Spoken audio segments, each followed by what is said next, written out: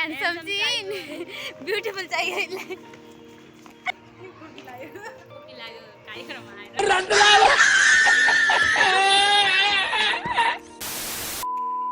Hello guys, स्वागत छ तपाईहरुलाई मेरो फर्स्ट लङ मिनी ब्लगमा। आज चाहिँ म आफ्नो कलेज जाँदैछु। भर्खर म आफ्नो घरदेखि हिँडेँ। अब म साथीको घर गएर रेडी भएर कलेज जान्छु। आज मेरो कलेजमा के कार्यक्रम छ भनेर थाहा पाउनको लागि मेरो ब्लग अन्तिमसम्म हेरिदिनु होला।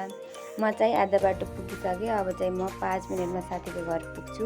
यो चाहिँ लाटीकोइलीमा रहेको नारायण मन्दिर हो। म चाहिँ हेलिकप्टरमा चढेर साथीको घर पुगिसकेँ। अब चाहिँ म रेडी हुन्छु।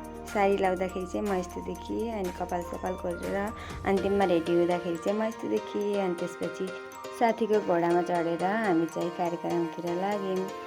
फाइनल्ली हामी चाहिँ कार्यक्रम हुने ठाउँमा पुगिसकेका थियौँ। त्यहाँ चाहिँ कोही आउनु भएको रहेछ, सुनसान थियो। अनि त्यसपछि यताउति घुम्यौँ अनि साथीहरू चाहिँ फोटो खिच्न लाए। त्यसपछि हामी चाहिँ एकछिन चाहिँ वेट गऱ्यौँ। पछि सिनियर दादाहरू आएर अब कार्यक्रम सुरु हुन्छ, भित्र जाऊ अब भन्नुभयो। त्यसपछि हामी फोटोसोटो खिच्न बन्द गरेर चाहिँ कार्यक्रम हुने ठाउँतिर गयौँ। कार्यक्रम तर पनि आज कोही आउनु भएको रहेनछ। सिनियर दाइ दिदीहरू हल्का हल्का आउनु भएको रहेछ, अरू चाहिँ आउनु भएको थिएन। बिस्तारै आउँदै हुनुहुँदो रहेछ। हामी चाहिँ भित्र गएर आफ्नो सिटमा गएर बस्यौँ। कार्यक्रम अझै सुरु भएको छैन। हिरोइनहरू यतातिर छन्। 1 hour later. त्यसपछि चाहिँ सबै साथीहरू दादा दिदीहरू कार्यक्रममा उपस्थित भइसक्नु भएको थियो। अनि दिदीहरूले चाहिँ कार्यक्रमलाई सुरुवात गर्नुभयो। अनि त्यसपछि हाम्रो कलेजको डिन सरले चाहिँ पालसमा दियो बालेर चाहिँ कार्यक्रमको उद्घाटन गर्नुभयो। अनि हामी राष्ट्रिय गान गाउनको लागि सबै तयारी अवस्थामा भयौँ।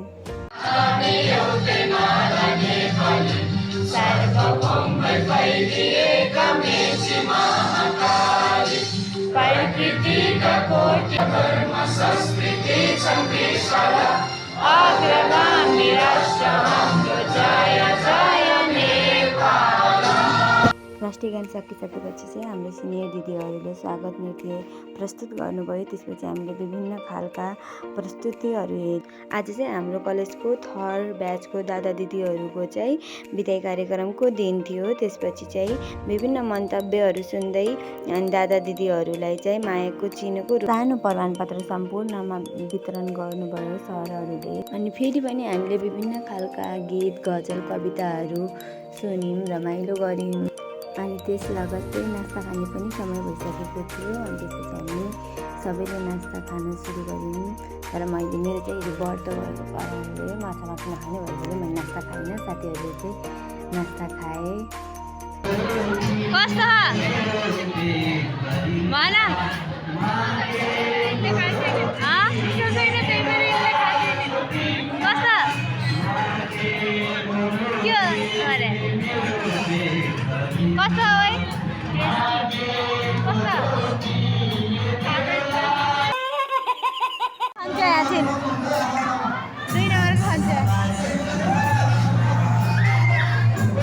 साथीहरूले नास्ता खाइसकेपछि चाहिँ हामी कार्यक्रमदेखि बाहिर निस्क्यौँ। अनि एकछिन बाहिर फोटो खिचेर चाहिँ घर जाने भनेर चाहिँ हामी त्यहाँदेखि घरतिर लाग्यौँ। कार्यक्रमदेखि घर जान लाग्छौँ। कस्तो लाग्यो तिमीहरूलाई? तिमीहरूलाई कार्यक्रम कस्तो लाग्यो साथीहरू? ल भन, तिमीलाई कस्तो लाग्यो?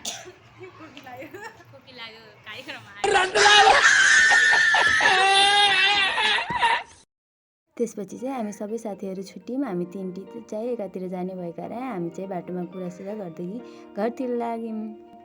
ह्यान्डसम चिन, ब्युटिफुल चाहिए। कोही हुनुहुन्छ भने कमेन्ट गर्नु होला। इनको म आइडी दिदिउँ। अर्की चाहिँ बिचारी सोझी छिन्। सोझी भएर अल्छ। त्यसपछि रमाइलो कुरा गर्ने गर्दै हामी घरतिर फर्क्यौँ। आजलाई यति नै मेरो पहिलो ब्लग हो यो।